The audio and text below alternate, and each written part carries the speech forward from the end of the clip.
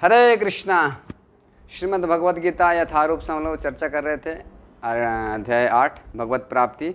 अभी अगला श्लोक जो है, देखिए एक प्रकार से हमको बेवकूफ़ बनाया जा रहा है, मूर्ख बनाया जा रहा है। क्यों? क्योंकि अभी देखिए हम एक जगह पर रहते हैं, फिर दूसरा जगह जाते हैं, वहाँ वही चीज़ हमको देखने को मिलता है, वही आनंद मिलता है, जो भी भौतिक सुख मिलता है थोड़ा बहुत क्षण मंगूर, वही फिर दूसरा जगह, फिर वहाँ के व्यक्ति क्या सोचता है वहाँ अलग आनंद होगा। वहाँ जाकर ट्रैवलिंग करता है, इतना मेहनत करके वहाँ जाता है, वहाँ फिर समय बिताता है, फिर वही आनंद उसको वहीं पे मिलता है जो वहाँ पे मिलता था। तो इस प्रकार से एक जगह के व्यक्ति दूसरे जगह की सोचता है कि मैं वहाँ जाकर कुछ अलग आनंद लूँगा, और वहाँ के व्यक्ति इधर सोचता है कि मैं इधर आनंद लूँगा। तो इस प्रकार से एक प्रकार से व्यक्ति को बेवकूफ़ बनाया जा रहा है माया मोह में पड़ करके।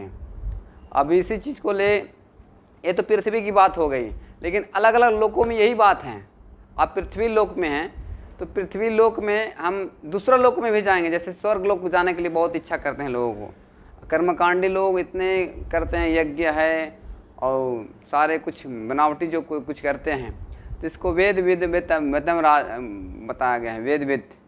वेद जो वेदों का ही अनुयायी रहते हैं कि स्वर्ग जाना हमारा यही लक्ष्य है, लेकिन ये लक्ष्य नहीं है, स्वर्ग से भी नीचे गिर जाते हैं। श्रील विश्वनाथ चक्रवर्ती ठाकुर बोलते हैं कि वैश्यालय है, स्वर्ग लोग जो भाई वैश्यालय जैसा है, यहाँ से थोड़ा सा कुछ आनंद ज़्यादा मिलता है, लेकिन वो वैश्यालय जैसे बताते हैं। तो वहाँ से फिर हमको जब पुण्य का ख़त्म हो जाता है तो फिर पृथ्वी पर आकर गिरते हैं। तो इस प्रकार से पूरे संसार, पूरे जगत, ब्रह्मांड बता रहे हैं कि भगवान यहाँ 16 नंबर अध्याय में अब्रह्म भुवन लोका पुनरावर्तिन अर्जुना माम पेत्यत कौन्तेया पुनर्जन्मा न विद्यते। अनुवाद इस प्रकार से है, इस जगत में सर्वोच्च लोक से लेकर निम्नतम सारे लोक दुखों का घर है, जहाँ जन्म तथा मरण का चक्कर लगा रहता है। किंतु हे कुंती पुत्र, जो मेरे धाम को प्राप्त कर लेता है वह फिर कभी जन्म नहीं लेता। तो ये बुद्धिमानी का काम है। जो भगवान का धाम प्राप्त कर लेता है वो फिर इस संसार में नहीं आता है। क्यों आएगा इस संसार में सड़ने के लिए दुखों का घर में? तो बुद्धिमानी का काम ये है। आप योगी हो, आप हठ योगी हो, या ब्रह्म को प्राप्ति कर लिया हो, फिर भी आपको आनंद आएगा, क्योंकि भगवान के धाम में ही आनंद आता है। आपको कुछ समय के लिए हो सकता है सुख मिले, लेकिन असली सुख जो है भगवान के धाम में है। श्रील प्रभुपाद जी के समय में एक व्यक्ति पानी पर तैर रहा था, कुछ योगी सिद्धि प्राप्त किया होगा, तो पानी पर तैर रहे थे।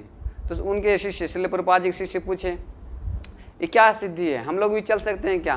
तो प्रभुपाद जी फिर तुरंत इमीडिएटली उस पार गए, सिर्फ एक नाविक बुलाएं और उस नाविक को सिर्फ 25 पैसे दिए। तो ये बोले 25 पैसे की काम है, हम पूरा जीवन इसको लगाने, उस व्यक्ति ने पूरा जीवन लगाया इस सिद्धि प्राप्ति करने के लिए, तो क्या फ़ायदा है? फिर तो उसको मरना ही है, फिर जन्म लेना है, फिर रोग बुढ़ापा होगा ही। तो असली बुद्धिमान का काम नहीं है ये जो 25 पैसे में लगे रहें। असली बुद्धिमानी है भगवान का नाम जप करके भगवान का धाम जाना। हरे कृष्णा कृष्ण कृष्ण हरे हरे, हरे राम राम राम हरे हरे। अगर कोई चला गया स्वर्ग भी, ब्रह्मलोक की प्राप्ति कर लिया, सतलोक की प्राप्ति कर लिया, लेकिन वहाँ से भी बताया जाता है कि वहाँ से भी प्रगति करे तो आगे लोग जा सकता है। जैसे यहाँ श्रीधर स्वामी बताते हैं कि जब इस भौतिक ब्रह्मांड का प्रलय होता है तो ब्रह्मा तथा कृष्ण भावनामृत में निरंतर प्रवृत्त करके उनके भक्त अपनी इच्छा अनुसार आध्यात्मिक ब्रह्मांड को अविशिष्ट वैकुंठ लोक भेज दिए जाते हैं। लेकिन हम प्रगतिशील करते रहेंगे तो, क्योंकि वहाँ इतने भोग ऐश्वर्य है। जैसे इधर देखिए ना, पृथ्वी लोक में भी देखिए, जो धनी व्यक्ति है, जो संसार में भौतिक चीज़ों में लिप्त हैं, उनको हरे कृष्ण जप करने के लिए बोलिए, गीता पढ़ने के लिए बोलिए, सत्संग में आने के लिए बोलिए, उनके बाद बोले टाइम ही नहीं है मेरे पास। तो ये इतनी वो बिजी है कि भोग ऐश्वर्य प्रसक्ता नाम तय प्रत्यचेतसाम व्यवसायत्मिका बुद्ध समोधन विद्यते। भगवान बोलते हैं कि उसकी बुद्धि लगती ही नहीं है कृष्णमति में, कृष्ण भक्ति में। तो हम लोग को बेवकूफ़ बनाया जा रहा है। हम इस बेवकूफ़ी से बचिए, और भगवद गीता का जो असली नॉलेज है कि घर बुला रहे हैं भगवान, माम पेत्य पुनर्जन्म न विद्यते। जब उसको प्राप्त कर लेते हैं उस धाम को, तो फिर से हमको जन्म और मरण चक्कर में नहीं आना पड़ता है।